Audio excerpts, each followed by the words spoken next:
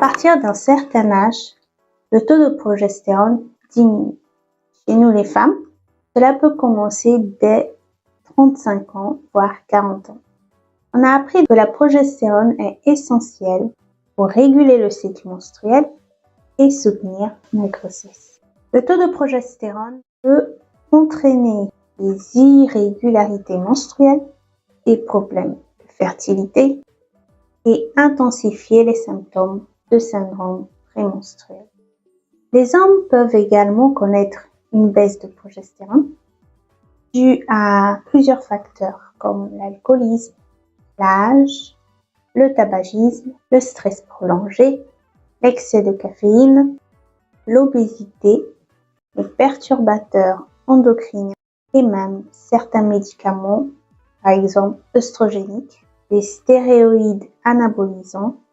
Je pense ici à la testostérone ou d'autres substances prescrites par les médecins.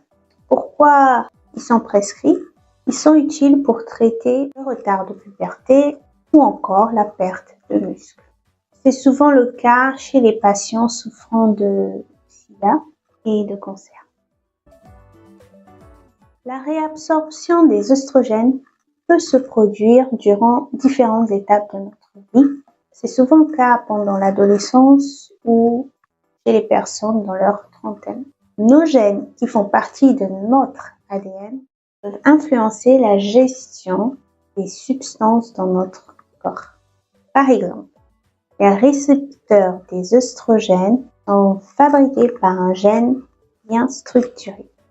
Parfois, il peut arriver qu'il y a des petits changements dans le matériel génétique et c'est ce qu'on appelle des polymorphismes génétiques. Si ce gène présente des variations, le codage pour le récepteur 1 des œstrogènes sera impacté. Le corps interagira alors différemment avec ces hormones. Ces changements peuvent influencer le développement de certains cancers. Par exemple, le cancer du sein. Ils peuvent aussi inciter au développement de l'endométriose et perturber nos cycles menstruels. Un autre exemple peut être la sérotonine, l'hormone de bonheur. Elle est transportée dans notre cerveau par une protéine spécifique. Cette protéine, c'est-à-dire ce transporteur, est fabriquée grâce à un gène qui contient le matériel génétique pour fabriquer cette protéine. Et s'il y a des changements dans ce gène, la quantité de transporteur de sérotonine va diminuer, ce qui rend certaines personnes plus vulnérables à la dépression ou même à l'anxiété. Je peux aussi vous parler d'une enzyme qui aide à détoxifier notre corps. C'est la glutathione S-transférase. Elle aide à neutraliser les toxines et les produits nocifs. Donc, elle protège nos cellules contre les dommages oxydatifs. Ici également, il peut y avoir des variations dans le gène codant cette enzyme. Il va influencer les fonctions de cette enzyme. Cela a un risque de développer chez certaines personnes des problèmes de santé liés à l'accumulation des toxines, comme ils n'auront pas la capacité de les éliminer. Ici, on parle du système reproductif chez ces personnes ayant un excès de toxines dans leur corps. Cela entraînera une production de mauvaise qualité de spermatozoïdes, la réduction de leur motilité. Ces spermatozoïdes auront une faible capacité de féconder l'ovule. Chez la femme, on pourra avoir une inflammation accentuée au niveau du tissu utérin. Et cette inflammation pourra même aller jusqu'à l'extérieur de l'utérus. Et nous le voyons dans le cas de l'endométriose et de l'adénomiose. Les variations génétiques peuvent affecter les niveaux de sérotonine, donc nous tombons facilement dans la dépression et dans l'anxiété. Cela peut indirectement influencer la fertilité en perturbant les cycles hormonaux et le bien-être en général.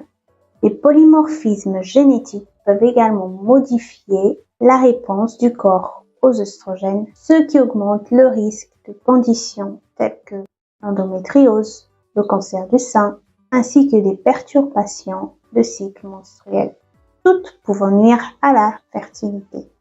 Des changements dans le gène codant l'enzyme glutathione S-transférase peuvent réduire la capacité de détoxification du corps, rendant les individus plus sensibles aux toxines environnementales. Chez les femmes, cela peut exacerber l'endométriose. Chez les hommes, cela peut nuire à la qualité des spermatozoïdes. Nous, femmes, connaissons bien ces perturbations peu agréables juste avant les règles. Nous devenons agressifs dans les paroles, voire même irrités sans connaître la raison. Soudain, on a envie d'un aliment sucré ou salé. On a une fringale accrue. Nous pouvons avoir quelques troubles intestinaux, parfois des douleurs spasmodiques mammaires.